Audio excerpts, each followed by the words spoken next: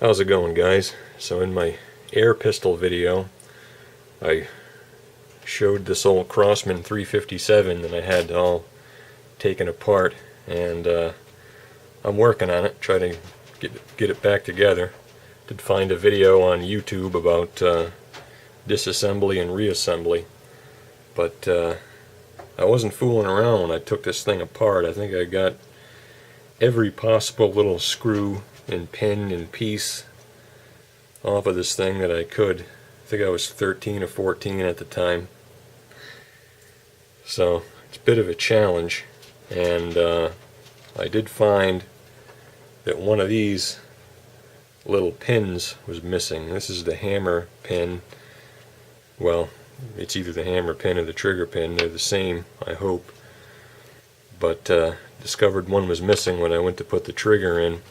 But luckily it's just a 1/8 pin. So I've got this old drill bit that I just heated up red hot with a torch and let it cool down to hopefully soften it up a little bit. I think it's high-speed steel. I don't know if it'll cut and file or not, but I'll try to make a replacement with that and see how it goes. Hopefully there's no other little pieces missing.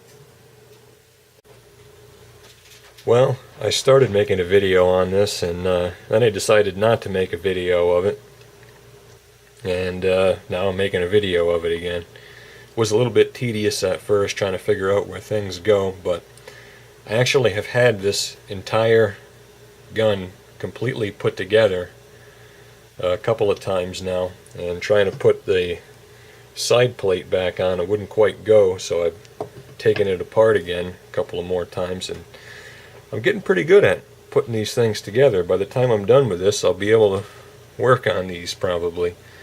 But after doing a bunch of stuff to try to get this side plate to fit on there good, I ended up taking every part out and trying to put the plate on with no parts in there, and turns out this thing is bent. I guess I must have bent it somehow, taking it apart years ago, but it shows a slight gap along this edge when it's put together, so I guess I'll just have to live with that. But I've had to fabricate a few parts. I did make that pin from a drill bit, which worked just fine, and I had to put another little pin, on screen here, put another pin on the hammer there, which this one doesn't go through. It just rides there, and this gizmo slides on that. So this has to be a tight friction fit in there, and that part was also missing. I had some brass stock 3/32, which actually fit the hole perfectly. It would have made a good rotating pin if that's what it was supposed to do, but what I ended up doing was just whacking it with a hammer to put a slight mushroom on the end.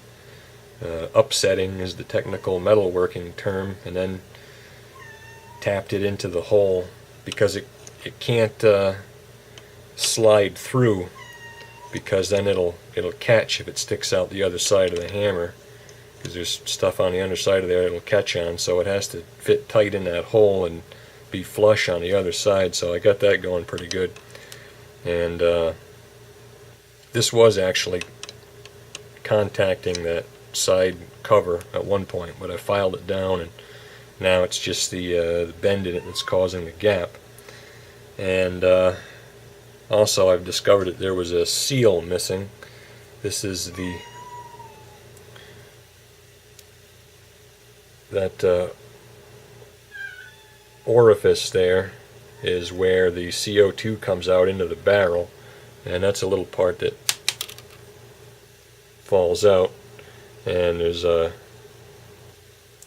supposed to be some kind of a little gasket or seal that goes in there, which is missing, and I was trying to figure out how to improvise one, and I ended up trying to make one out of leather. I took a 5/16 hole punch and punched out a little piece It turned out to be a little undersized because the punch is made to make a 5/16 hole, not a 5/16 plug. But I drilled a 1/8 hole in the middle of it, and it all seemed a little undersized. So I've stretched it out with first a 9/64 and then a 5/32 drill bit into the originally 1/8 hole in the middle, which has expanded it a little bit.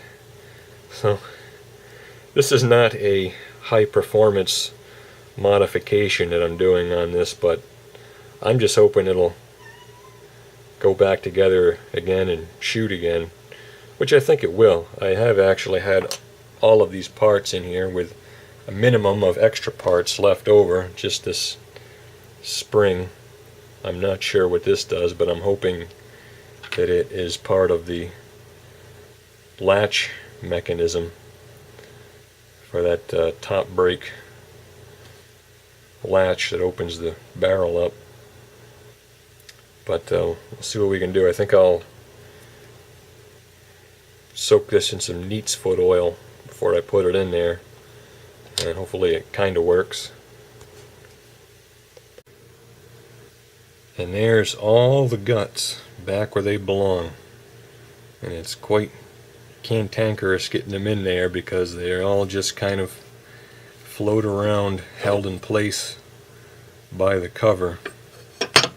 I actually just had the cover back on, and I thought I'd take it off again to show you the internals, and in doing that I had to pretty much take the whole thing apart and put it back together again to get it all in position. But there you go, there's all that stuff. Still got this spring, I'm not sure what it does. Hopefully nothing.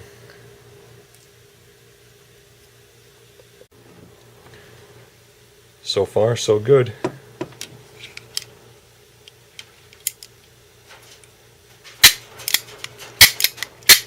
This gun actually has an excellent trigger.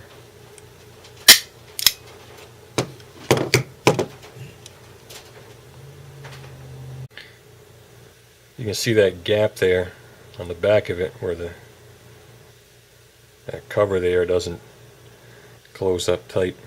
First time I put it together I thought it was a part out of place that was blocking it, but it's like that even with no parts in it, so must be just bent. I'm gonna see if I can squeeze it in a vise and tighten it up a little bit.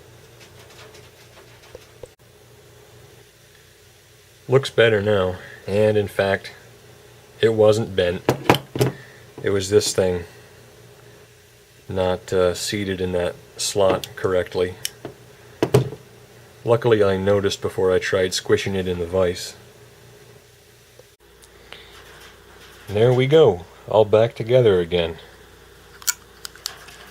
This is actually a much nicer air pistol than that Gammo R77 I showed in the last video, even though that one has a swing out cylinder, and this is just kind of a dummy job there. Top brake.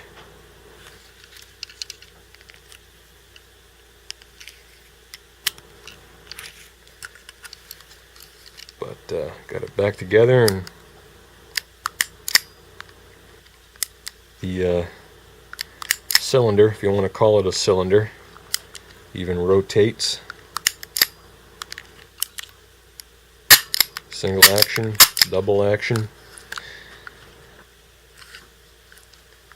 Never did figure out what that spring was for. I don't know. Now I'm just waiting for my CO2 to come in the mail so I can try shooting it.